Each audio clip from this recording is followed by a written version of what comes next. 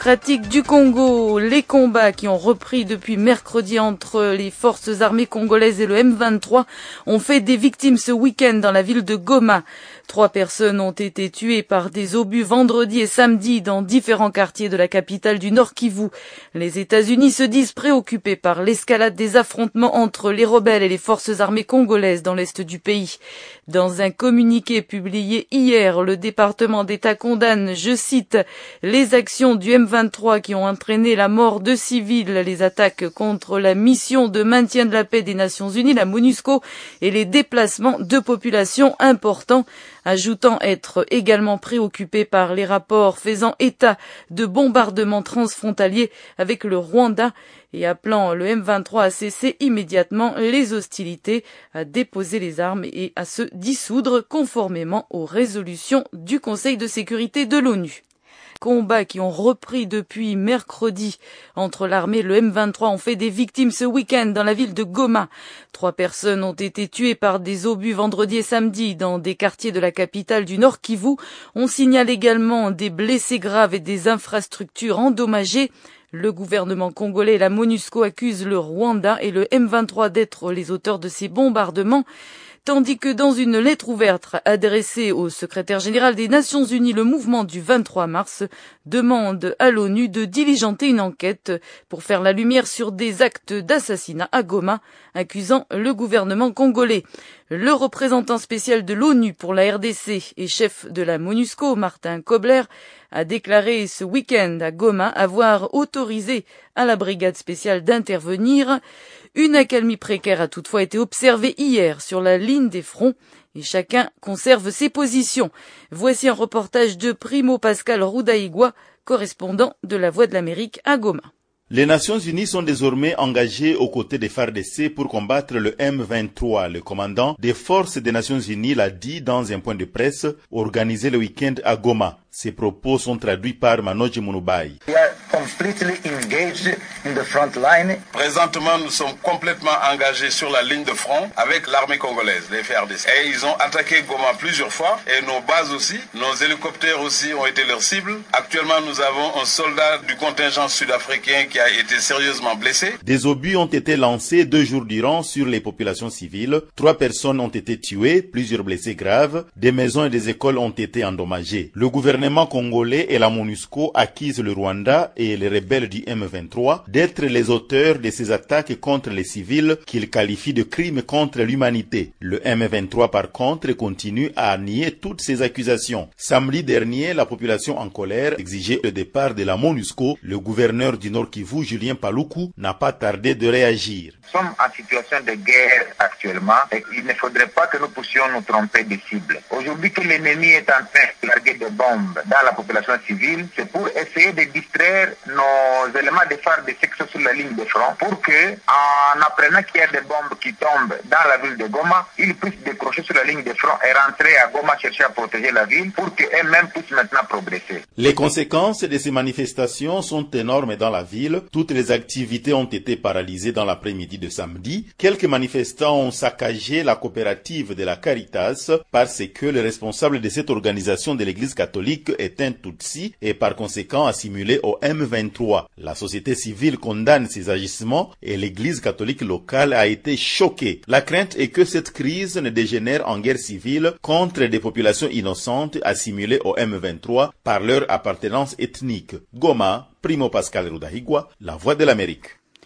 Par ailleurs, comme nous le disions tout à l'heure, le département d'État américain demande dans un communiqué au gouvernement rwandais et congolais à faire preuve de retenue pour éviter une escalade militaire ou toute action qui mettrait en danger les civils et réitère l'appel au Rwanda à cesser toute aide au M23 et à respecter l'intégrité territoriale de la RDC, conformément aux résolutions du Conseil de sécurité de l'ONU et à ses engagements à l'accord cadre pour la paix, la sécurité et la coopération. Les États-Unis demandent d'autre part à la MONUSCO et au mécanisme conjoint de vérification élargie d'enquêter rapidement et de manière approfondie sur les accusations de bombardements transfrontaliers et exhortent toutes les parties à faciliter l'accès aux organisations humanitaires pour assister les civils dans le besoin, souligne Mary Arf, porte-parole adjointe du département d'État. Pendant ce temps, du côté de Kinshasa, à l'heure des concertations nationales, certains membres de la majorité présidentielle n'en finissent pas de maudire le président du Sénat, Léon Kengo, qui a annoncé la formation d'un gouvernement d'union nationale et la reconfiguration de la majorité présidentielle. C'est une question qui fait en effet débat depuis plus d'une semaine à Kinshasa. Cet ancien Premier ministre sous le maréchal Mobutu fait l'objet d'une campagne de dénigrement de la part de ses opposants. Plus de détails dans ce reportage de Cyril Milandou, correspondant de La Voix de l'Amérique à Kinshasa. Les attaques les plus critiques sont venues de la majorité présidentielle. Une frange de l'opposition a dénoncé une campagne de dénigrement contre Léon Kengo Adondo. Jean-Pierre Lisanga Bonganga en est le modérateur. Ce qui nous dérange, c'est que la majorité puisse à ce jour utiliser des moyens bien sûr du trésor public et voir les opposants, entre guillemets, qui se retrouvent aujourd'hui à côté de la majorité pour vilipender le président du Sénat. Et ça, c'est la main de la majorité. La majorité qui dit qu'elle a besoin de la cohésion, et c'est elle-même qui crée des problèmes pour qu'il n'y ait pas cette cohésion. Un membre du bureau politique de la majorité présidentielle affirme que cette campagne contre Léon Kengo Adondo ne concourt pas à la cohésion nationale. Joseph Bangakia. Ce n'est pas la majorité présidentielle qui est à l'origine de cette aventure déplorable que la majorité condamne. Ce sont des individus et ils ne sont pas nombreux et nous les connaissons, nous connaissons pour qui ils roulent. Moi je leur demande d'arrêter de jouer ce jeu-là car il est contre-productif et il est en violation de la ligne que nous nous sommes fixés au niveau de la majorité présidentielle. Quant à la formation d'un nouveau gouvernement, Joseph Bangakia constate qu'il ne revenait pas à Léon Kengo Adondo de l'annoncer. Il est vrai que ce n'est pas au président du Sénat et même pas au présidium d'annoncer les conclusions des concertations nationales. Ce rôle revient à Joseph Kabila. Et sur ce point, oui, le président Léon Kengo Adondo est parti vite en besogne, ce n'était pas son rôle. Est-ce qu'un gouvernement d'union nationale peut participer à la cohésion nationale? Moi, je crois que oui. On peut discuter du terme, on peut ne pas l'appeler gouvernement d'union nationale. Mais je crois qu'effectivement, si les concertations débouchent sur des recommandations et des conclusions de portée générale, que le chef de l'État décide que les délégués de ces assises, certains au moins, forment un gouvernement ou rejoignent le gouvernement actuel pour la mise en œuvre de ces conclusions, ce n'est pas impertinent. Jean-Pierre Lisanga Bonganga note qu'à l'issue de ces concertations, il y aura à coup sûr la formation d'un nouveau gouvernement. Je pense que le président du Sénat n'est pas parti vite en besoin. Le vrai problème, c'est le problème de la légitimité de nos institutions. Et tout découle des élections mal organisées de novembre 2011. Si nous allons à ces dialogues, nous n'allons pas seulement pour parler des histoires des postes, des gouvernements, non. Dans ces concertations, il sortira bien sûr un programme et il va y avoir un gouvernement bien sûr parce qu'il y a une autre dynamique qui va sortir. Kinshasa, Cyril Milando pour La Voix de l'Amérique. Info zapping du mardi. La République démocratique du Congo, le HCR, a averti ce mardi les groupes armés à l'est du pays que les attaques indiscriminées ou délibérées contre les civils pourraient constituer des crimes de guerre. Ce rappel fait suite aux affrontements qui ont eu lieu jeudi et samedi dernier près de Goma entre les forces de l'armée congolaise et les M23. Des affrontements qui ont tué au moins 7 civils et en ont blessé une vingtaine. Des obus ont été tirés sur des zones résidentielles, notamment tout près du camp de réfugiés de Mugunga 3. Céline Schmitt, porte-parole du HCR en RDC. Un obus est tombé à 500 mètres du camp de Mugunga 3, qui est un camp de déplacés qui accueille quelques 14 000 déplacés internes. L'obus a créé un mouvement de peur et de panique dans le camp. Ce qu'il faut savoir, c'est que les déplacés qui vivent dans le camp de Mugunga sont habitués à entendre des bombes. Ça fait partie quasiment de leur vie quotidienne. Et à chaque fois, ça crée de la peur. Donc effectivement, il y a eu un mouvement de panique dans le camp. Quelques personnes ont essayé de partir, mais il n'y a pas eu de mouvement massif. Ils restent là-bas. Il y a énormément de déplacés dans la zone et il est très difficile de trouver une zone où ils vont être sécurisés. Donc les déplacés sont restés dans le camp. Donc nous renouvelons notre appel à toutes les parties de ne pas viser les civils et les personnes qui vivent dans les camps. Vous écoutez Zapping Info Congolaise. Démocratique du Congo, calme relatif à Goma depuis dimanche alors que les combats avaient repris mercredi entre le M23 et l'armée congolaise à environ 15 km de la capitale du Nord Kivu dans l'est du pays. Des tirs d'artillerie ont toutefois été entendus dans la ville lundi pendant moins d'une heure alors que les rebelles indiquaient avoir repris l'offensive et infligé une défaite au FARDC. Selon des sources locales, l'interruption des combats serait liée à des problèmes d'approvisionnement en munitions. À Goma depuis dimanche alors que les combats avaient repris mercredi entre le M23 et l'armée congolaise à environ 15 km de la capitale du Nord Kivu dans l'est de la RDC. Des tirs d'artillerie ont toutefois été entendus dans la ville lundi pendant moins d'une heure. Flavia Pansieri, haut-commissaire adjoint de l'ONU pour les droits de l'homme, vient de terminer une tournée en RDC. Idrissa Seydoudia, l'adjointe à Kinshasa. Si l'on considère plus directement les droits humains, il y a premièrement à se concentrer sur la protection des civils. Deuxièmement, il y a un aspect important de lutte à l'impunité envers ceux soupçonnés avoir commis de graves crimes contre les droits humains et qui doivent être menés en face de la justice pour qu'il y ait un procès clair, transparent, qui puisse arriver à une conclusion d'innocence ou culpabilité pour que justice soit faite. Il y a aussi très important un élément de soutien aux autorités congolaises, qu'il s'agisse du service de sécurité ou bien du système judiciaire pour qu'ils puissent avoir les moyens de faire leur travail et de répondre aux besoins du pays en ce qui concerne la protection des droits de l'homme. Parmi ces préoccupations, vous êtes particulièrement intéressé aux violences sexuelles dans cette région du Congo. Oui, en effet, on a vu que dans certaines régions, l'agression sexuelle est devenue une arme de guerre. Il y a eu des cas vraiment répandus de viols, de violences aux femmes qui étaient perpétrées avec l'intention de frapper des communautés entières, de créer soit une situation de terreur, de façon que les gens n'osent pas sortir de leur maison, et en même temps, c'est une agression contre la population qui voudrait bien vivre paisiblement dans leur contexte, mais se trouve aussi en face de mouvements de personnel armé violents qui causent des violations horribles. Je dois avouer que entre les différents aspects de mon travail, je trouve prendre connaissance de ces situations où il y a des viols qui atteignent des jeunes filles, des enfants très très petits, c'est une chose qui me frappe énormément et qui est absolument inacceptable. Il faut vraiment mettre fin à ces fléaux. C'était Flavia Pansieri, haut-commissaire adjoint de l'ONU pour les droits de l'homme. Vous écoutez Zapping Info Congolaise. De la République démocratique du Congo, un calme précaire règne à Goma, la capitale provinciale. Officiellement, les combats entre l'armée congolaise et les rebelles du M23 marquent une pause, mais un porte-parole de l'ONU vient de signaler que les deux camps continuaient à échanger des tirs près de Goma, des tirs sporadiques et à l'arme légère.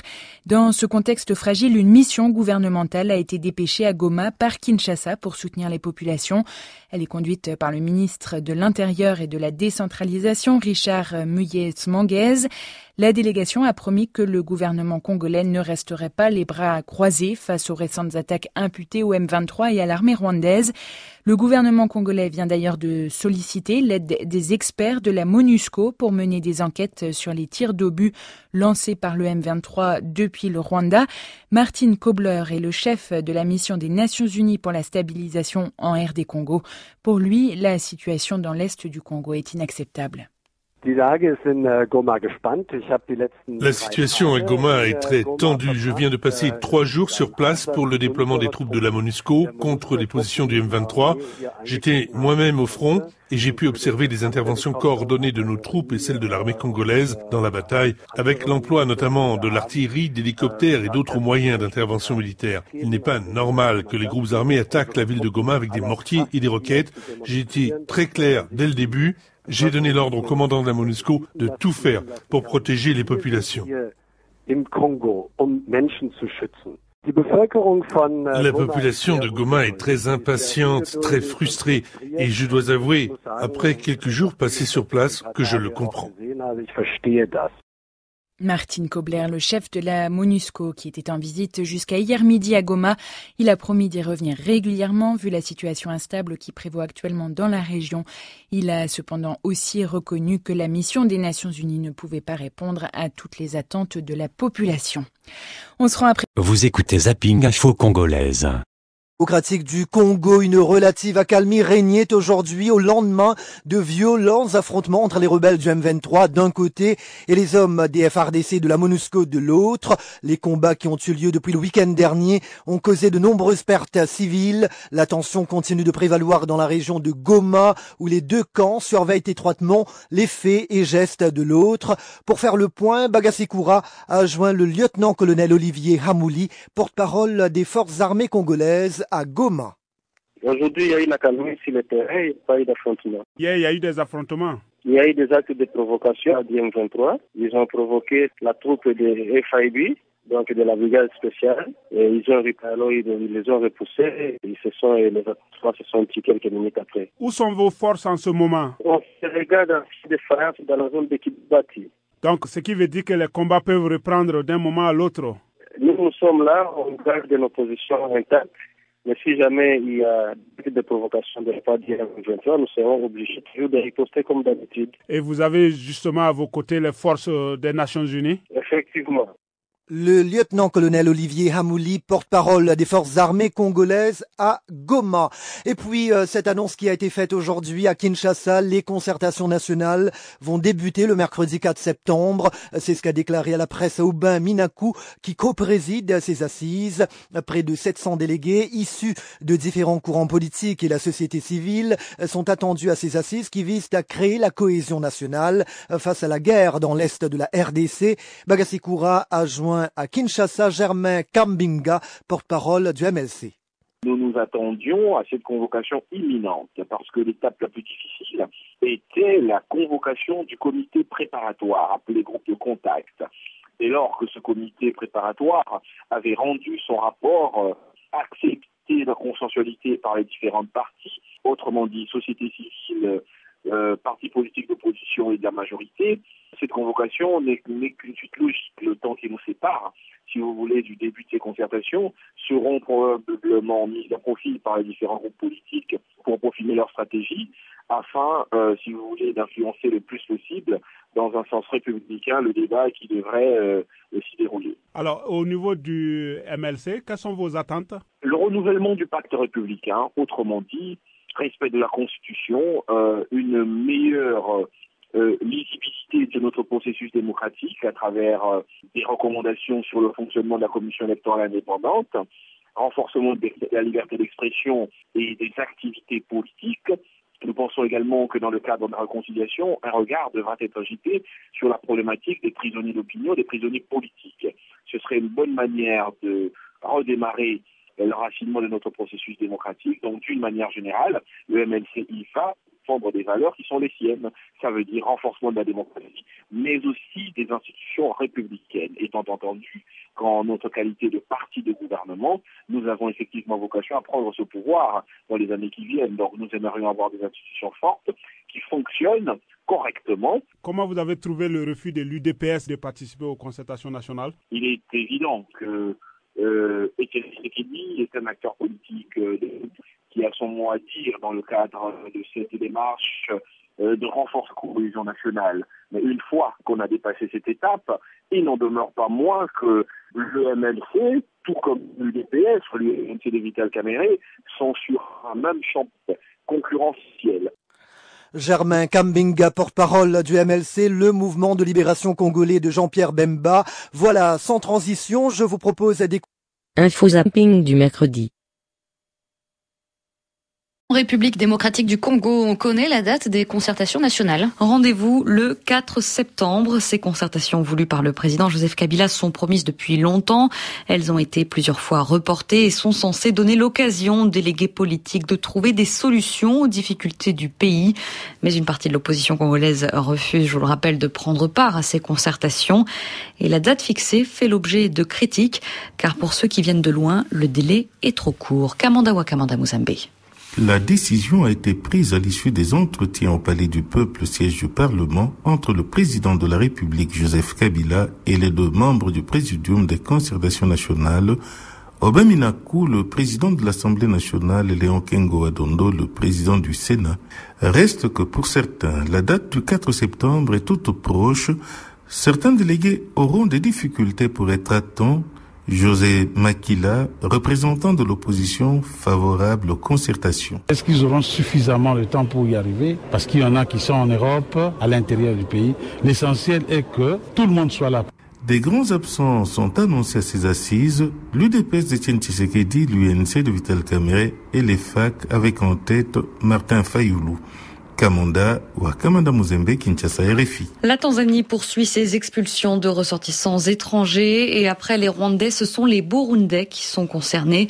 Ils sont 10 000 environ déjà à avoir été reconduits de force à la frontière.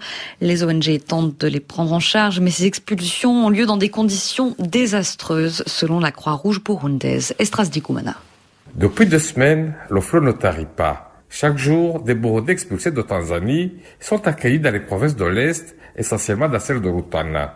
La Croix-Rouge burundaise en a déjà recensé autour de 10 000. Son porte-parole, Alexis Mandirakiza, tire la sonnette d'alarme. C'est une situation humanitaire catastrophique. Ces gens arrivent fatigués. Il y a beaucoup de membres d'une même famille qui se perdent de vue, les enfants qui se dispersent. Ils sont dans un état de dénouement total. Aujourd'hui, la Tanzanie n'est plus apparemment cette terre d'asile qui a accueilli près d'1 million de réfugiés burundais au plus fort de la guerre civile au Burundi. Depuis quelque temps, ce pays expulse à tour de bras burundais, congolais, rwandais sans aucune explication. Est-ce lié? Le président burundais Pierre Nkurunziza se trouve à Dar es Salaam depuis lundi dans la plus grande discrétion. Officiellement, il est en vacances, mais la question de ces expulsions sera abordée avec son homologue tanzanien. Leonidas Katungimana, porte-parole du président burundais. Le président de la République est préoccupé, vous savez, les conditions dans lesquelles certaines personnes sont rentrées. Et nous pensons qu'avec cette visite que le président de la République effectue en Tanzanie, nous aurons de plus amples informations sur la question qui doit trouver une issue favorable. Mais en attendant, les expulsions de Burundais se poursuivent à un rythme plutôt soutenu. Esras Dikoumana, Bujumbura, RFI. Vous écoutez Zapping Info Congolaise. Démocratique du Congo, les hélicoptères de l'ONU ont attaqué les rebelles du M23 à Kibati, près de Goma, capitale du Nord Kivu. À la fin de la semaine dernière, déjà, les Nations Unies avaient déclaré avoir engagé leur casque bleu aux côtés de l'armée de Kinshasa, après que des tirs eurent atteint des faubourgs de Goma. Les tirs auraient donc repris ce matin. Nous écoutons Manoj Mounoubaï, porte-parole de la MONUSCO en RDC. Il y a une zone de sécurité qui avait été décrétée par les Nations Unies autour de la ville de Goma. Cette zone de sécurité a fait l'objet d'attaques de la part des M23. Donc l'opération en cours tend à repousser les M23 à une distance où ils ne peuvent plus menacer cette zone de sécurité. Depuis ce matin, il y a une opération qui a été lancée par les forces armées de la République démocratique du Congo pour repousser les M23 de la colline de Kibati où ils se trouvent. Et cette opération est lourdement soutenue par les Nations Unies qui ont envoyé aussi bien leurs moyens aériens que leurs moyens terrestres. Donc, est-ce que l'on doit en déduire que des hélicoptères de l'ONU ont bombardé la zone ? Exactement. Nos hélicoptères sont entrés en action, notre artillerie aussi. Nous avons aussi dans l'après-midi vu des hélicoptères de l'armée nationale congolaise. C'est d'abord une opération FARDC qui cherche donc à déloger les M23 de hauteur de Kibati. Nous, au niveau de la MONUSCO, ce que nous faisons, c'est soutenir cette opération de FARDC. Alors, quelles étaient les cibles visées? L'opération aujourd'hui vise ce qu'on appelle les 3 tours, la colline des 3 tours, où se trouve une des positions du M23 qui menace directement la ville de Goma. Le M23 parle de victimes civiles, est-ce que vous confirmez? Non, nous ne confirmons pas ça. Pour le moment, nous n'avons pas une information concernant des victimes civiles. Alors vous dites que cette opération vise à repousser le M23 derrière la ligne de sécurité qui avait été établie par l'ONU. Est-ce que cela veut dire que l'ONU n'ira pas au-delà? Notre mission première, c'est la protection de la population civile. Nous cherchons à repousser le M23 à une distance où ils ne peuvent plus menacer la ville de Goma avec leurs tirs, comme ça a été le cas la semaine précédente.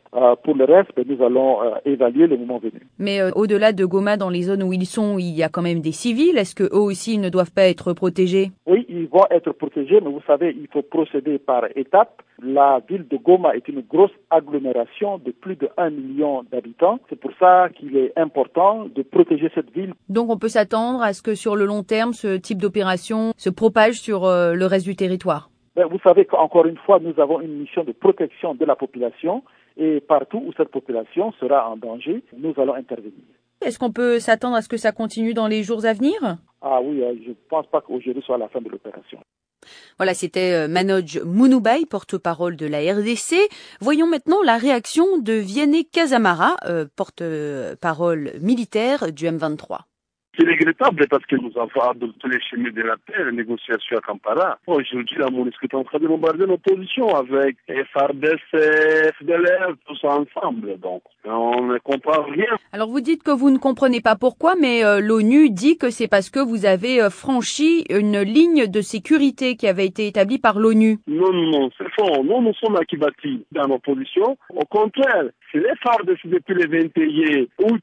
Avec FDLR et la MONUSCO qui ont attaqué nos positions. Alors, est-ce que vous pourriez nous décrire comment s'est déroulée l'attaque? On est en train de bombarder de la population qui est censée protéger par la MONUSCO, à Kibumba, à Katale, à Rougali. La MONUSCO est en train de tirer partout dans la population. Donc, c'était un complot contre la population congolaise. Alors, est-ce que vous pourriez nous donner un bilan? On a détruit des écoles, on a détruit des hôpitaux ici. Il y a beaucoup de blessés par des chars de la MONUSCO, des hélicoptères de la MONUSCO. Et hier, on a recensé au moins 25 blessés par des hélicoptères de la MONUSCO, par des bombardements. Nous voudrions que les problèmes soient éliminés politiquement, qu'on entre à Kampala.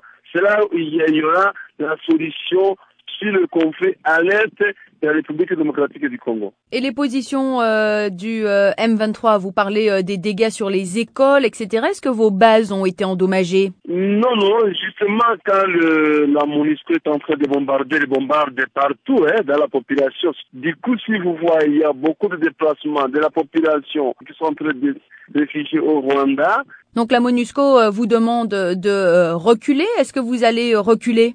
Nous sommes dans nos positions. Le M23 n'a jamais entré dans la ligne de circulation de la sécurité telle qu'elle a été définie par la MONUSCO. Et si nous faisons la même chose, nous tirons sur la MONUSCO.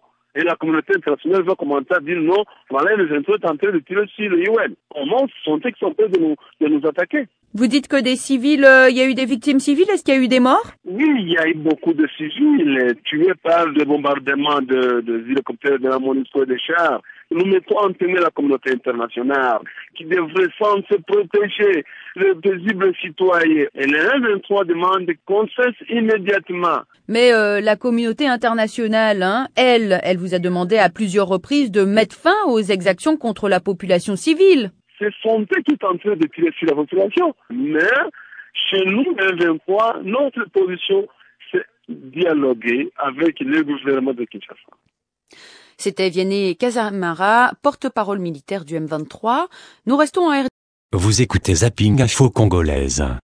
Nous condamnons fermement, avec les autres agences humanitaires des Nations Unies basées en RDC, les attaques récentes de Goma et dans les alentours de Goma. 3 civils ont été tués, 5 autres ont été blessés lorsqu'un obus est tombé dans la périphérie de Ndosho, qui est un quartier de Goma. Est-ce qu'à la suite de la mort de ces civils, vous avez constaté un mouvement de panique pour des civils qui essayent de fuir la ville de Goma après? Les combats entre l'armée de la République démocratique du Congo et le groupe rebelle M23 ont commencé depuis mai-juin 2012 et depuis cette date, de nombreux civils ont été forcés de fuir à de nombreuses reprises. Nous avons vu depuis cette date un afflux de déplacés dans les camps qui se trouvent autour de Goma, mais également dans la ville de Goma. En juillet dernier, nous avons constaté l'arrivée de 6 ou 7 000 déplacés internes qui étaient tout d'abord hébergés dans des écoles et des églises dans un quartier de Goma. Donc effectivement, les mouvements de population sont répétés dans la province. Les gens ne cessent de fuir pour trouver refuge. On sait qu'Onobi est tombé pas loin du camp de Muganga 3, mais que redoutent les humanitaires par rapport au camp de déplacés? Donc effectivement, l'obus est tombé à 500 mètres du camp. L'obus, qui est tombé pas loin du camp, a créé un mouvement de peur et de panique dans le camp. Ce qu'il faut savoir, c'est que les déplacés qui vivent dans le camp de Mugunga sont habitués à entendre des bombes. Ça fait partie quasiment de leur vie quotidienne. Et à chaque fois, ça crée de la peur. Donc effectivement, il y a eu un mouvement de panique dans le camp. Quelques personnes ont essayé de partir, mais la population déplacée reste aujourd'hui dans le camp. Donc il n'y a pas eu de mouvement massif, personnes qui voulaient fuir le camp. Ce qu'il faut savoir, c'est qu'il y a énormément de déplacés dans la zone et il est très difficile de trouver une zone où ils vont être sécurisés. Nous renouvelons notre appel à toutes les parties de ne pas viser les civils et les personnes qui vivent dans les camps. Quelle est la situation aussi au Sud Kivu par rapport aux incidents qui sont déroulés à la frontière entre la RDC et le Burundi? Alors plus au sud, effectivement, dans la province du Sud Kivu, à la frontière avec le Burundi, dans la plaine de la Ruzizi, un conflit de longue date a recommencé et a forcé plus de 1500 à fuir au Burundi. Donc actuellement, il y a environ 1500 demandeurs d'asile qui sont arrivés au Burundi. Est-ce que ce sont des enfants, des femmes qui essayent de fuir? La semaine dernière, nous comptions environ 150 à 200 arrivées par jour. 60% de ces personnes étaient des enfants. Nous comptons environ 60 personnes qui arrivent par jour au Burundi. Les personnes arrivent, sont hébergées dans tout d'abord des familles d'accueil, puis nous les transférons dans un centre de transit et environ 500 d'entre eux ont été transférés dans 2 camps de réfugiés au Burundi. Dernière question, de façon générale par rapport à la situation au nord et au sud Kivu, quels sont les besoins les plus urgents pour les déplacés et les réfugiés? Ce que nous cessons de faire, c'est appeler en fait les différentes parties au conflit pour nous permettre de répondre aux besoins essentiels de ces personnes déplacées. C'est-à-dire, en biens de première nécessité, les personnes ont souvent été forcées de fuir leur maison en rien.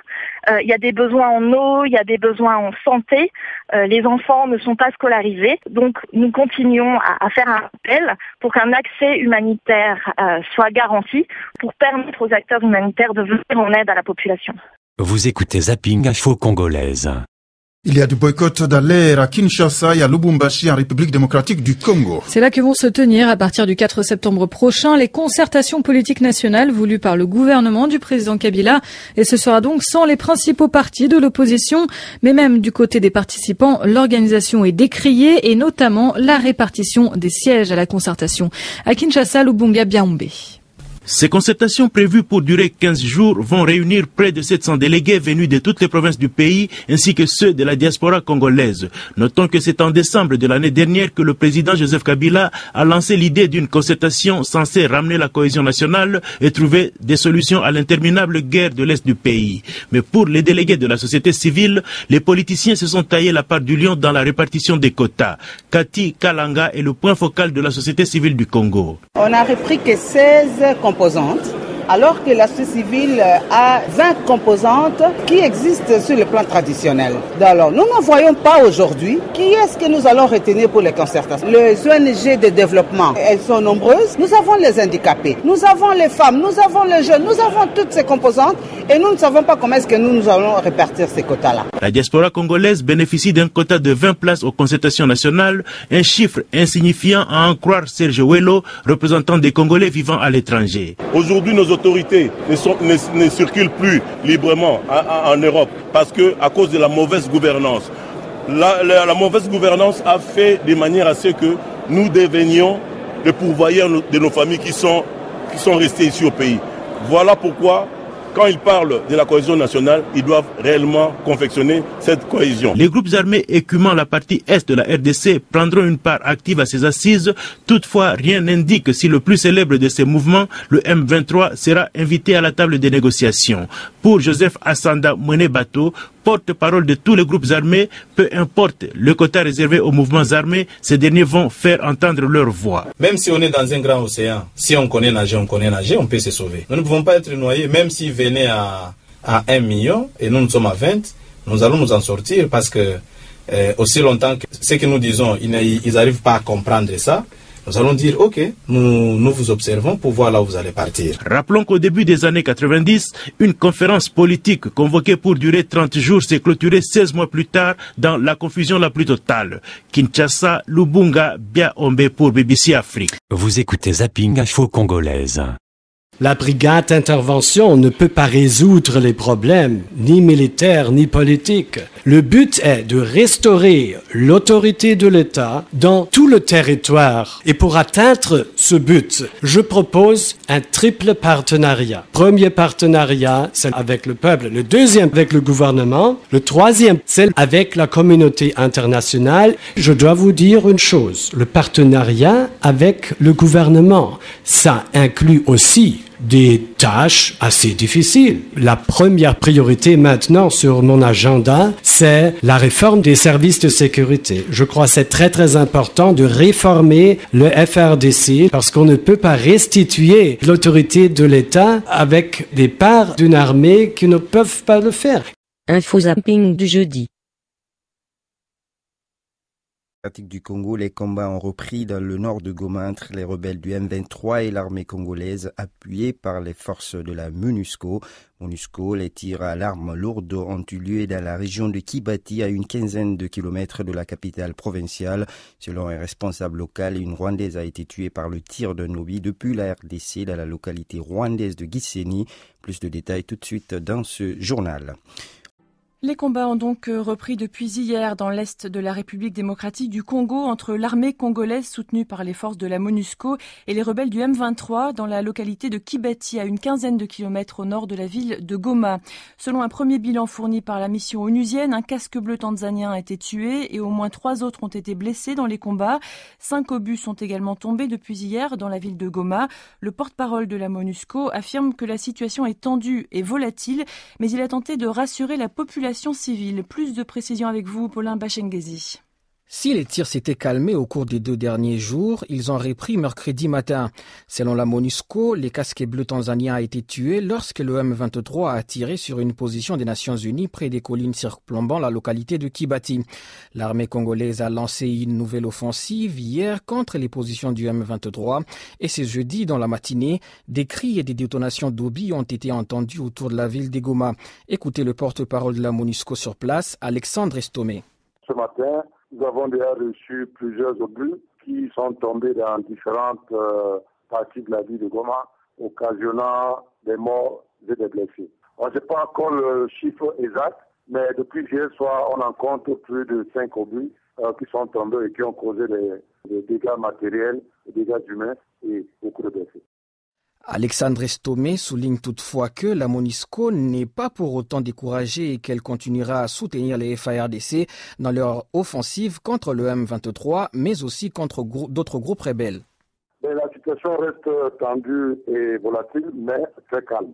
Sauf les quelques appréhensions qu'on peut lire sur les visages des populations civiles qui sont extrêmement préoccupées et avec raison bien sûr, des obus qui continuent à pleuvoir sur la tête un peu partout à travers la ville de Goma. Nous allons continuer à supporter les FARDC qui mènent le combat contre pas seulement le M23, tous les autres groupes armés qui sont à travers la province du Nord-Kivu. Signalant par ailleurs que les obus ont fait également des dégâts ailleurs. Selon les autorités rwandaises, un obus est également tombé dans la province frontalière de Gisenyi, tuant ainsi une femme et un enfant. Merci Paulin Bachengezi, et j'ajoute que selon l'agence Reuters, le Rwanda a bloqué au Conseil de sécurité de l'ONU une initiative de la France et des États-Unis en faveur de sanctions contre 2 commandants du M23. Washington et Paris avaient présenté des documents qui accusaient de crimes le colonel Vianney Kazarama, porte-parole du M23, et le commandant Eric Mboneza. Et selon un rapport d'experts de l'ONU, ce dernier aurait été vu en compagnie d'officiers rwandais entre mars et mai 2013. Vous écoutez Zapping Info Congolaise. Qui, à la demande de la France, s'apprête à tenir des consultations d'urgence ce matin sur la situation en RDC. Cette réunion se tient alors que l'armée congolaise et les casques bleus poursuivent leur offensive contre le M23 au nord de Goma, dans l'est du pays. Au cours d'une mission dans la région, le ministre de l'Intérieur de la RDC, Richard Muyej, a appelé les habitants de Goma à faire confiance en la MONUSCO, dont les forces sont engagées aux côtés de l'armée congolaise. Une correspondance de Radio Okapi. Le ministre de l'Intérieur qui conduisait la délégation a, au cours de la conférence de presse mercredi, déclaré que le gouvernement tient à ce que, rapidement, les populations du Kivu retrouvent de l'espoir. Richard Muyej a invité la population à garder son calme et à éviter les réactions épidermiques et les conflits intercommunautaires. Soyons donc prudents. Nous sommes peut-être infiltrés. Identifions ces infiltrés. Présentons-les devant les services pour qu'ils soient politiquement neutralisés. Oubliez nos divergences. Nous n'accepterons pas qu'on vienne marcher sur nous. Le ministre de l'Intérieur a souligné l'engagement et l'appui de la MONUSCO auprès des FARDC. Il a demandé à la population de soutenir, de faire confiance et de croire en l'action de la brigade d'intervention de la MONUSCO engagée actuellement sur les champs de bataille. Goma, Sifamaguru, Radio Okapi. À noter que ces affrontements ont déjà tué plus d'une dizaine de civils ainsi qu'un casque bleu. Vous écoutez Zapping Info Congolaise. En République démocratique du Congo, un casque bleu tanzanien a été tué et au moins 3 autres ont été blessés hier dans l'est du pays, où 2 hélicoptères et l'artillerie de la MONUSCO, en soutien aux forces armées congolaises, ont pilonné des positions du M23. Le casque bleu a été tué lorsque le M23 a tiré sur une position de la force onusienne près des collines de Kibati, au nord de Goma. Le secrétaire général des Nations Unies a condamné l'attaque meurtrière du M23. Le casque bleu tanzanien a été tué et au moins 3 autres ont été blessés hier dans l'est de la RDC, où des hélicoptères et l'artillerie de la MONUSCO, en soutien aux forces armées congolaises, ont pilonné des positions du M23. Le casque bleu a été tué lorsque le M23 a tiré sur une position de la force onusienne près des collines de Kibati, au nord de Goma. Le secrétaire général des Nations Unies a condamné l'attaque meurtrière du M23. D'autre part, le mouvement du 23 mars a annoncé hier que les attaques de la part des FARDC contre les zones qu'ils occupent marquaient la fin des pourparlers de Kampala. Jusqu'ici, les dirigeants du M23 ont toujours regretté que ces discussions inachevées n'aient pas été accompagnées d'un cessez-le-feu. Pendant ce temps, la vie politique suit son cours tant bien que mal. Les concertations nationales en RDC vont en effet débuter le 4 septembre, et ce malgré les divergences observées autour de l'agenda et même des objectifs de cette rencontre qui a été annoncée par le président Kabila en décembre 2012. Dans l'est du pays où pullulent les groupes armés dont le M23 qui continue de s'affronter à l'armée congolaise, les voix s'élèvent davantage pour décrier certaines singularités qui entourent l'organisation de ces assises. D'autre part, certaines composantes de la société civile continuent d'insister pour participer aux travaux de Kinshasa, car elles estiment être plus proches que la plupart des politiciens des réalités quotidiennes de la population. Le point depuis Goma avec Primo Pascal Roudaïgua, correspondant de La Voix de l'Amérique.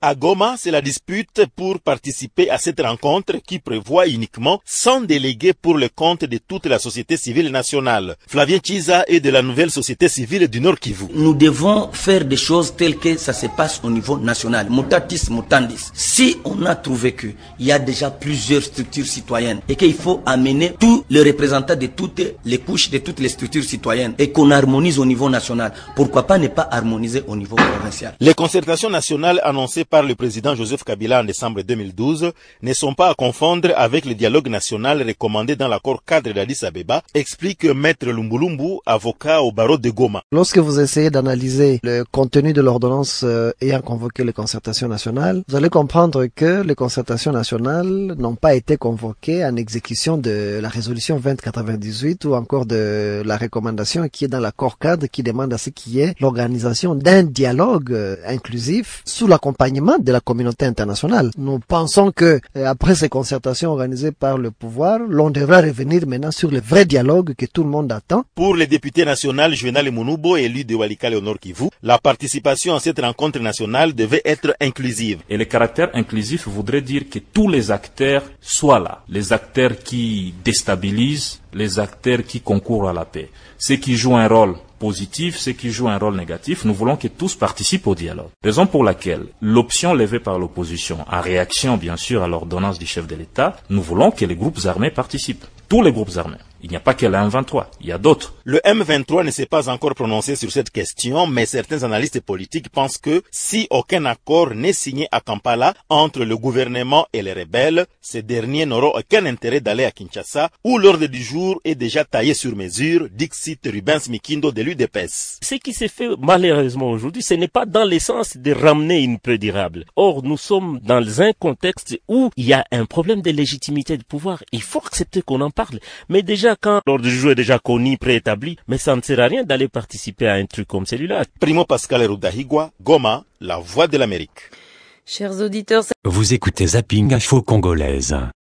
Dans la frontière entre le Rwanda et la République démocratique du Congo, une maman rwandaise a été tuée et son enfant grièvement blessé. Ça s'est passé près de la localité de Gisenyi. Stéphanie Aglietti, vous êtes sur place pour RFI. Selon un responsable local, c'est un obus qui a été tiré volontairement depuis le Congo. Depuis ce matin, c'est la panique à Gisenyi, ville rwandaise frontalière et jumelle de Goma, la capitale provinciale du Nord Kivu, en RDC, au nord de laquelle les combats font rage. Au moins un obus, confirmé par les autorités locales, est tombé entre 9h et 9h30, heure locale, dans un marché dans le nord de la ville, près du poste frontalier de la Petite Barrière. L'obus a tué une femme et blessé gravement son bébé. Des tirs qualifiés de volontaires par le vice-maire de Gisenyi. Les autorités locales ne sont plus joignables depuis, mais selon plusieurs témoignages sur place, un autre obus est tombé à quelques centaines de mètres du poste frontalier de la Grande Barrière, situé tout près du lac Kivu. L'obus serait tombé sur un parking où se trouvaient des taxis-voitures. Il y aurait au moins un blessé, selon les témoignages. La frontière est cependant toujours ouverte entre le Rwanda et la RDC, tout comme les boutiques, mais les gens ont bien sûr peur, raconte-t-on. Toujours selon les témoignages, la panique est telle que bon nombre d'habitants de Goma quittent la ville pour se diriger vers Kigali. Les autorités rwandaises n'ont pour l'instant pas réagi et il y a quelques jours, alors que des obus étaient tombés non loin de la ville de Gisenyi, le porte-parole de l'armée rwandaise avait dénoncé des bombardements volontaires des FARDC et avait prévenu que ces actes qui mettent en danger la population rwandaise ne resteraient pas sans réponse indéfiniment. Stéphanie Aglietti, sur la route de Gisenyi, RFI. Et pour tâcher d'être tout à fait complet, rappelons d'un mot qu'un casque bleu a été tué et 3 autres blessés hier dans l'est du Congo, où des hélicoptères et l'artillerie de la force de l'ONU déployée là-bas ont pilonné des positions des rebelles du M23 en soutien aux forces de Kinshasa. Vous écoutez Zapping Info Congolaise. République démocratique du Congo. Les combats entre le M23 et l'armée congolaise, soutenue par les troupes des Nations Unies, se sont poursuivis ce jeudi au nord de Goma, la capitale provinciale du Nord Kivu. Aucun bilan pour le moment, mais des obus sont tombés dans Goma même, selon certaines sources, et au-delà de la ligne frontalière entre la RDC et le Rwanda. Pour un éclairage, j'ai joint le porte-parole militaire de la MONUSCO, le colonel Prosper Bass.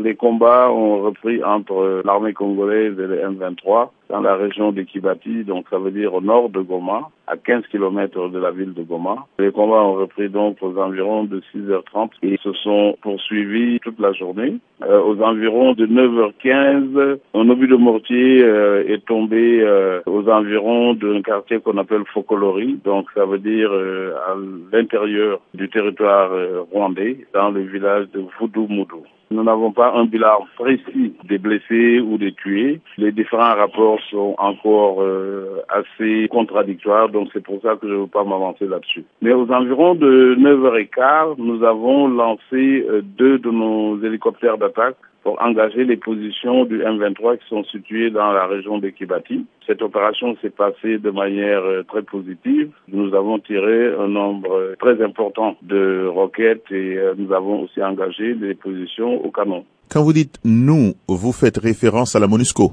Je fais référence à la MONUSCO. parce que la MONUSCO apporte un appui feu à l'offensive des FARDC, mais vous n'êtes pas sans ignorer non plus que justement nous avons changé la dynamique de nos opérations compte tenu des tirs indiscriminés que nous avons tous observés ces jours derniers, effectués par les M23 dans la ville de Goma, provoquant la mort de populations innocentes, blessant d'autres et aussi occasionnant d'importants dégâts matériels dans la ville de Goma. La mort d'un casque bleu tanzanien mercredi va-t-elle avoir un impact quelconque sur la façon dont vous menez les opérations à l'avenir? D'abord, nous regrettons fortement la perte d'un camarade parce que vous savez, au sein des Nations Unies, nous constituons une famille. Et bien sûr, la perte d'un d'entre nous affecte tout le reste de la famille. Nous présentons nos condoléances aux forces armées tanzaniennes et à tout le peuple tanzanien.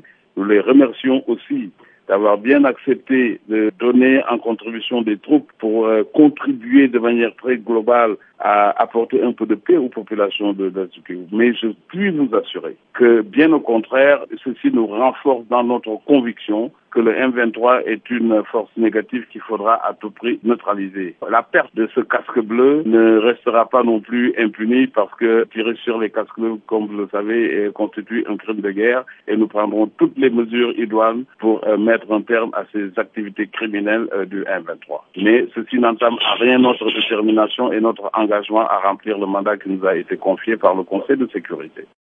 Le colonel Prosper Bass, porte-parole militaire de la MONUSCO. Le Conseil de sécurité de l'ONU s'est réuni d'urgence ce jeudi à la demande du gouvernement français. L'ensemble des forces des Nations Unies sont mobilisées à annoncer l'ONU. À Johannesburg, l'armée sud-africaine a affirmé que ces tireurs d'élite avaient visé les postes de commandement du M23 et fait 6 morts, indiquent des correspondants de presse. La reprise des combats a créé une vive tension au sein de la population civile à Goma, nous dit Thomas Glass du Comité international de la Croix-Rouge. La situation ici à Goma et avec les environs est extrêmement tendue, avec des combats qui continuent au nord de Goma et des tirs qui ont touché des zones d'habitation à Goma, mais aussi à Isénie, qui ont causé des victimes, qui ont causé des dégâts, qui ont causé des blessés. C'est une situation qui est extrêmement préoccupante.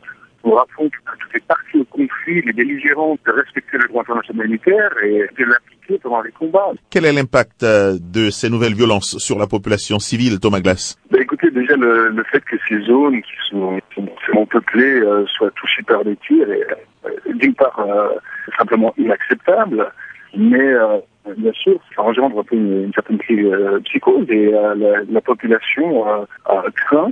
C'est une situation extrêmement difficile, extrêmement complexe aussi. C'est difficile de comprendre pourquoi des tirs viennent toucher des zones d'habitation qui restent quand même loin de la ligne de front. Est-ce que le CICR a pu avoir accès à ces zones? Alors le CICR est présent en ville de Goma. Notre équipe chirurgicale a opéré 7 blessés.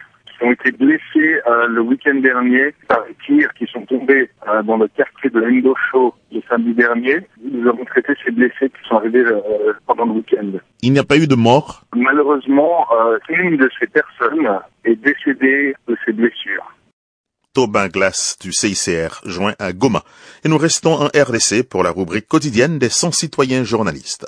Charles Kasereka pour 100 citoyens journalistes de Goma au Nord Kivu. Ce jeudi, les affrontements intenses ont été signalés du côté de la ligne des fronts au nord de la ville, à plus de 15 km, où les FARDC continuent à se battre avec les rebelles du M23. Et dans la ville, l'actualité, ce sont des zombies qui sont tombés dans la nuit du 28 au 29, vers 20h sur les quartiers Majengo et Bujovu, qui ont une personne, un jeune garçon de 15 ans, et blessant plusieurs autres. Il faut signaler que ces deux quartiers sont situés au nord de la ville, proche au sud de la ligne des fronts, proche de l'aéroport international de Goma. Du coup, vers la journée, on a signalé d'autres zombies côté rwandais. Dans la ville de Goma, les activités n'ont pas ouvert à 100% dans la ville. On a observé certaines boutiques qui n'ont pas ouvert leurs portes jusqu'à ce soir. Vous écoutez Zapping Info Congolaise. Lingongé. Dans l'est de la République démocratique du Congo, des tirs d'artillerie à nouveau entendus aujourd'hui dans la région de Kibati au nord de Goma. C'est en début de matinée. Joint par la BBC, Alexandre Essonnet, le porte-parole des Nations Unies à Goma, fait le point sur la situation et il confirme la poursuite de l'engagement des forces de la MONUSCO en soutien aux soldats gouvernementaux.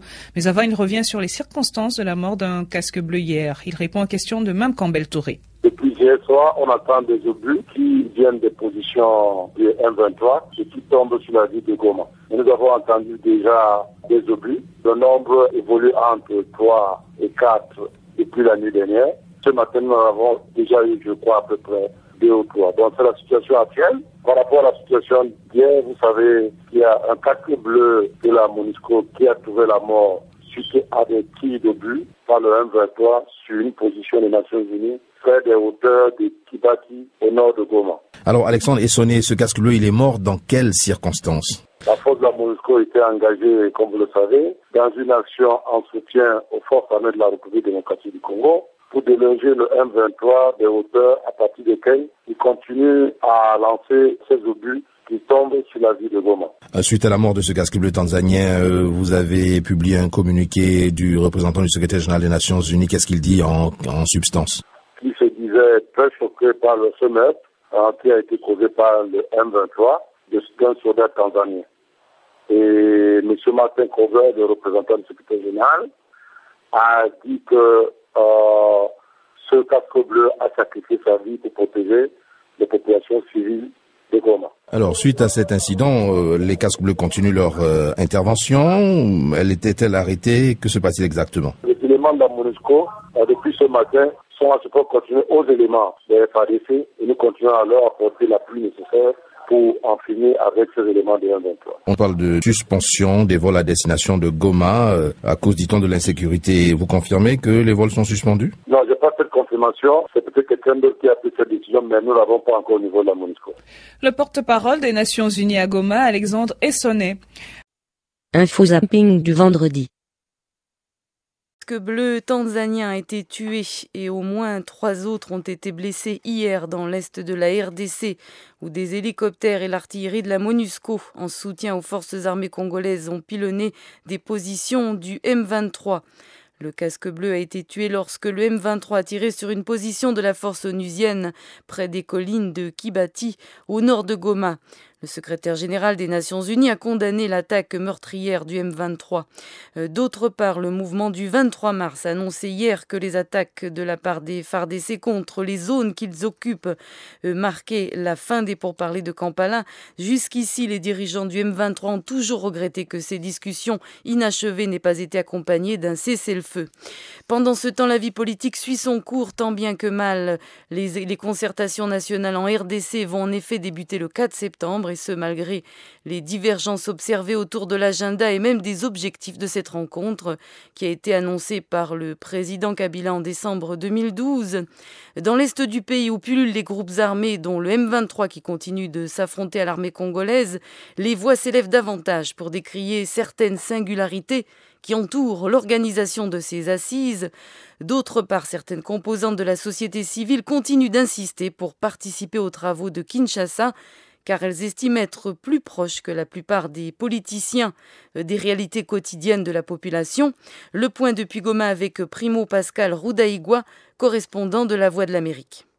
À Goma, c'est la dispute pour participer à cette rencontre qui prévoit uniquement 100 délégués pour le compte de toute la société civile nationale. Flavien Chiza est de la nouvelle société civile du Nord Kivu. Nous devons faire des choses telles que ça se passe au niveau national. Mutatis mutandis. Si on a trouvé qu'il y a déjà plusieurs structures citoyennes et qu'il faut amener tous les représentants de toutes les couches de toutes les structures citoyennes et qu'on harmonise au niveau national, pourquoi pas ne pas harmoniser au niveau provincial? Les concertations nationales annoncées par le président Joseph Kabila en décembre 2012 ne sont pas à confondre avec le dialogue national recommandé dans l'accord cadre d'Addis Abeba, explique Maître Lumbulumbu, avocat au barreau de Goma. Lorsque vous essayez d'analyser le contenu de l'ordonnance ayant convoqué les concertations nationales, vous allez comprendre que les concertations nationales n'ont pas été convoquées en exécution de la résolution 2098 ou encore de la recommandation qui est dans l'accord cadre qui demande à ce qu'il y ait l'organisation d'un dialogue inclusif sous l'accompagnement l'accompagnement de la communauté internationale. Nous pensons que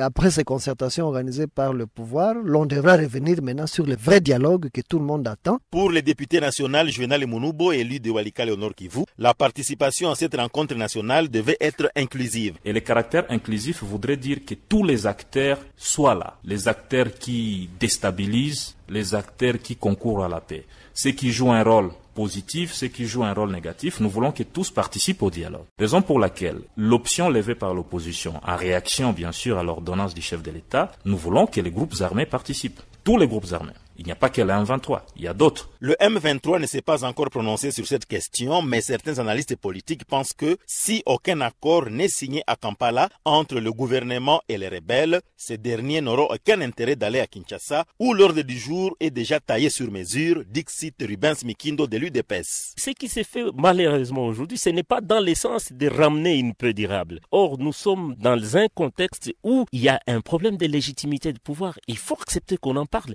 Mais déjà, quand l'ordre du jour est déjà connu, préétabli, mais ça ne sert à rien d'aller participer à un truc comme celui-là. Primo Pascal Rudahigwa, Goma, la voix de l'Amérique. Vous écoutez Zapping Info Congolaise. Du Congo, un calme relatif règne à Goma après des combats intenses entre la rébellion du M23 et l'armée gouvernementale appuyée par les casques bleus de l'ONU.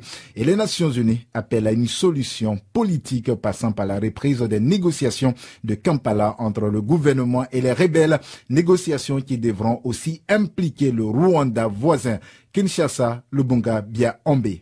Les habitants de Goma ont passé une soirée relativement calme après quelques jours d'intenses combats à l'arme lourde entre la rébellion du M23 et l'armée gouvernementale appuyée par les casques bleus de la MONUSCO. Un habitant joint au téléphone a déclaré que jusque tard dans la soirée, les gens circulaient dans les quartiers pendant que l'armée gouvernementale et les casques bleus faisaient des patrouilles chacun de son côté. Ce témoin ajoute qu'au niveau de la frontière avec le Rwanda, soldats congolais et rwandais se regardent en chien de faïence, de même que dans la ville de Goma, les populations rwandophones vivent avec une certaine peur au ventre et évitent de fréquenter les quartiers jugés dangereux pour leur sécurité. C'est du reste pour cette raison que le gouverneur de province et après lui le responsable de la mission onusienne au Nord Kivu ont lancé des appels à la non-stigmatisation des individus selon leur appartenance ethnique. Le même appel a été lancé par le ministre de l'Intérieur, Richard Mouyej, qui séjournait à Goma à la tête d'une délégation gouvernementale. J'ai alerté l'attention de tous, il faut que les communautés s'entendent. C'est le moment de la cohésion, le moment de la paix entre les communautés. Rappelons que c'est depuis dimanche dernier que la brigade spéciale composée de soldats tanzaniens et sud-africains appuie l'armée gouvernementale dans le combat contre le M23 sur les collines de Kibati au nord de Goma. Toutefois, le représentant spécial du secrétaire général des Nations Unies, le diplomate allemand Martin Klober, pense qu'en même temps que se poursuivent les opérations militaires, il faut aussi envisager une issue politique impliquant également le Rwanda. Je ne crois pas que ce conflit peut être qu'on a une solution militaire. Il faut un effort conjoint. Un effort conjoint entre la politique et le militaire. Je crois que c'est très important de promouvoir les entretiens de Kampala, mais ça n'exclut pas des actions militaires. Je voudrais aussi avoir un canal d'entretien avec Rwanda, c'est très important. Et au sujet des 2 militaires tanzaniens et un autre sud-africain blessé lors des combats de mercredi dernier, un porte-parole de la MONUSCO a déclaré que leur jour n'était pas en danger. Kinshasa, Lubunga, Bya-Ombe pour BBC Afrique. L'ONU dit détenir des informations accusant le Rwanda de soutenir le M23. Informations décrites comme crédibles et cohérentes par les Nations Unies. Côté rwandais, l'on juge ces accusations sans fondement et on parle même de montage grossier effectué par les services de renseignement congolais. Des précisions avec Olivier Ndongere, représentant permanent adjoint du Rwanda aux Nations Unies, joint par Souleymani Samega. Ils disent toujours avoir des informations crédibles et cohérentes, mais jamais ils n'ont montré aucune preuve d'un quelconque soutien du gouvernement rwandais aux rebelles du M23. Ils n'ont jamais fourni l'identité d'un militaire rwandais qui aurait été arrêté, d'un cadavre d'un militaire rwandais ou même d'une photo. Il n'y a vraiment aucune preuve et cela dure depuis un an. C'est quand même incroyable que la MONUSCO soit sur le terrain depuis tout ce temps sans pouvoir fournir une preuve si soutien il y a. Donc pour moi, il y a toujours les mêmes accusations sans fondement. Mais alors, pourquoi on vous accuse justement, vous? Il faut demander à ceux qui nous accusent. Parce que lorsqu'on accuse, on doit être prêt à fournir des preuves de ce qu'on dit. Comment est-ce qu'on peut nous accuser de fournir des bataillons entiers tous les jours? Il y a des membres de la société civile congolaise qui disent voir tous les jours des bataillons rwandais traverser, et on n'arrive pas à avoir une seule preuve matérielle jusqu'à en fabriquer. Donc il n'y a pas besoin de vous dire qu'il y a eu des preuves qui ont été fabriquées et fournies au groupe d'experts de la RDC, y compris l'identité d'un officier congolais dont on a fabriqué une identité rwandaise. Donc il faut quand même que les Nations Unies soient plus sérieuses que ça. Et qui a fabriqué ces preuves? On sait qui c'est. Ce sont les agences nationales de renseignement au Congo. On le sait que c'est eux qui fabriquent des preuves. Il y a des témoignages qui sont fabriqués. Mais ce qui nous intéresse, c'est de nous fournir des preuves concrètes, des preuves matérielles. C'est quand même bizarre qu'il y ait un soutien continu, comme ils disent, depuis plus d'1 an, sans pouvoir fournir la moindre petite preuve matérielle. Olivier Ndongere, représentant spécial adjoint du Rwanda à l'ONU. Au Cameroun, le SDF, principal parti d'opposition, dénonce... Vous écoutez Zapping Info Congolaise. Chef politique du M23 qui nous l'a annoncé ce matin en République démocratique du Congo. Le groupe rebelle doit effectuer un retrait de quelques kilomètres, se positionner sur des positions définies en novembre lors de la conférence internationale des Grands Lacs dans la zone de l'Est du pays où les affrontements avaient repris depuis quelques jours. Le M23 contre les forces armées de RDC soutenues par les troupes de l'ONU. Écoutez Bertrand Bissimois, le président politique du M23. Nous venons de décider d'ordonner nos forces à se retirer de la ligne de front des Kanyaruchiga pour permettre l'arrêt des combats et faire en sorte qu'il y ait une enquête qui soit menée pour établir les responsabilités dans les tirs qui ont été effectués sur le territoire rwandais et sur la ville de Goma. Nous exigeons le gouvernement congolais à retourner sous la table des négociations dans les plus brefs délais, de manière à permettre une solution négociée à la crise. Donc ça veut dire que vous allez retirer vos troupes jusqu'à quel niveau exactement? Eh bien, nous les retirons seulement de la ligne de front de Kanyaruchinya, mais nous continuons à garder toutes les lignes, toutes les positions que nous avions derrière ces positions de Kanyaruchinya. C'est la déclaration des chefs d'État de la conférence internationale sur la région des Grands Lacs qui avait été signée le 24 novembre 2012 et qui nous demandait de nous retrouver à 20 km de la ville de Goma et qui exigeait du gouvernement la démilitarisation de la ville de Goma et le déploiement à l'aéroport de Goma, de la ville, d'une compagnie du M23. Bertrand Bissimois, chef politique du M23 avec Sonia Rollet. Il en appelle donc aux autorités congolaises et ce midi, le gouvernement réagit. Lambert Mende Omalanga, ministre de la Communication, également porte-parole du gouvernement. On ne peut pas entendre tout de suite Lambert Mende Omalanga. Un petit problème technique. Est-ce qu'on va peut-être l'entendre dans quelques instants? Non, on ne peut pas. Donc Lambert Mende Omalanga qui accusait le Rwanda de soutenir la rébellion du M23 dans le Nord Kivu. On peut l'entendre maintenant. On ne peut toujours pas l'entendre, pardon. Donc je me tourne vers Florence Maurice qui est avec nous en studio. Théoriquement, ce retrait de quelques kilomètres des éléments du M23 doit prendre effet immédiatement et il devrait peut-être permettre de mettre fin au combat et de lancer une enquête pour établir les responsabilités dans les tirs qui ont été effectués sur le territoire rwandais et sur la ville de Goma ces derniers jours. Mais Florence, il y a peut-être aussi d'autres explications. Oui, voilà ce qu'affirme le patron du M23. Mais s'agit-il d'une décision spontanée ou est-ce le résultat de pression diplomatique? Cette annonce intervient en effet dans un climat tendu. Le M23 est apparu affaibli lors des derniers combats. Hier, au cours d'une réunion en urgence au Conseil de sécurité, Edmond Mulet, le chargé des missions de maintien de la paix, a de nouveau accusé le Rwanda de soutenir les rebelles. Il a même évoqué des infiltrations d'infiltration de soldats rwandais en RDC ces derniers jours. Il assure aussi que le M23, avec l'appui de Kigali, serait à l'origine des obus qui ont été tirés sur le territoire rwandais. Hier encore, 2 obus au moins ont explosé à Gisenyi, une ville frontalière.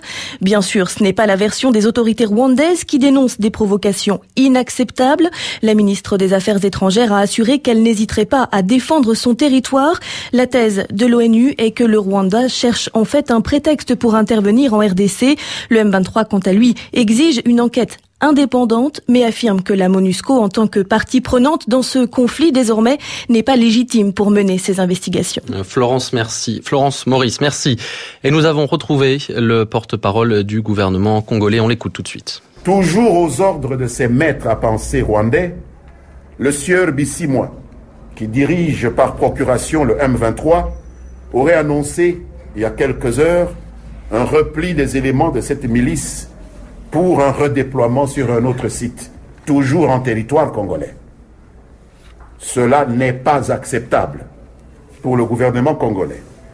Le gouvernement qui continue à exiger que cette force négative et criminelle cesse purement et simplement d'exister comme groupe armé et que ses membres, du moins ceux qui ne sont pas en conflit avec la loi, articulent leurs revendications légitimes par des voies licites, c'est-à-dire des voies non violentes.